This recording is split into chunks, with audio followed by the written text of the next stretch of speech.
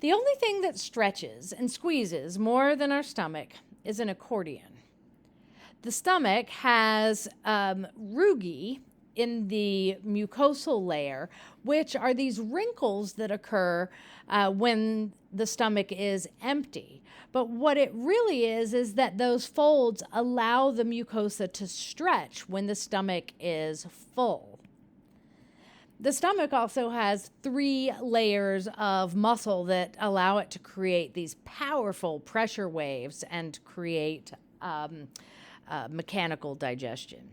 And the sphincters are super important for keeping the chyme, which is what we call this acidic mixture in the stomach, to keep the chyme inside. If we look at the surface of the stomach, we can see that tucked in the rugae or the folds, there are these holes known as gastric pits. And the gastric pits open up into gastric glands. Now, these gastric glands have several different cell types. We have at the surface what are known as mucus cells.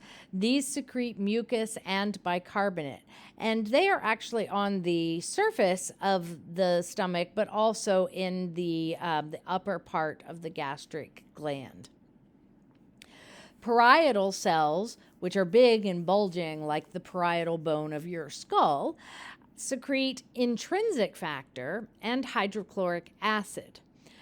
Both of these are going to be important for totally different reasons.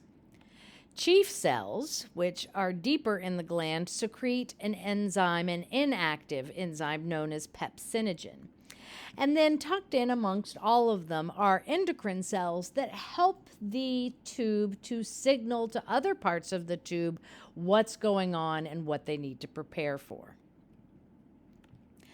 Our stomach produces somewhere between 2 and 3 liters of gastric juice every day. Take a moment to remember how big a liter is. This is a lot of fluid. Now, these gastric glands, the mucus and bicarbonate that they produce, it lines the surface of the stomach and helps to protect the stomach lining.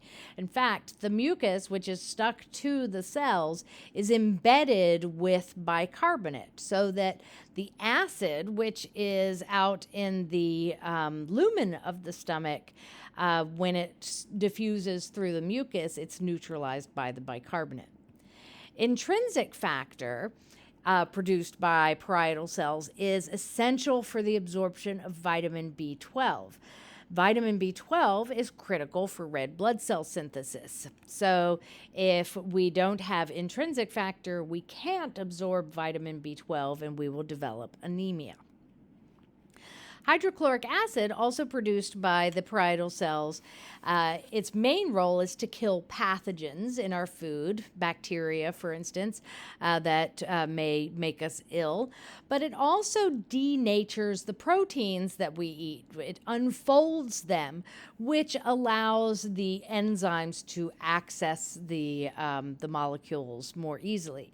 Hydrochloric acid also activates pepsinogen.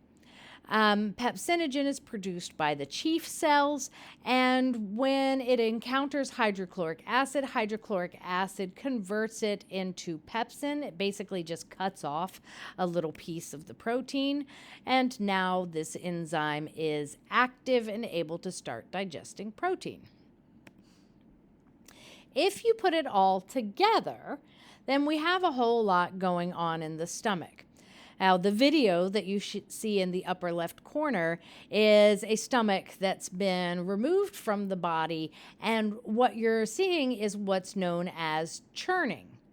So the pepsin that is digesting the protein is doing chemical digestion, and the lingual lipase produced in the salivary glands can now start digesting some of the fats. But what's really amazing is the mechanical. So this churning, you can see, is actually quite violent. It's almost like little tidal waves inside the stomach. The other thing that you can see in the video is how much the stomach can stretch as it fills up. All right. The stomach doesn't absorb very much. It's not designed for that.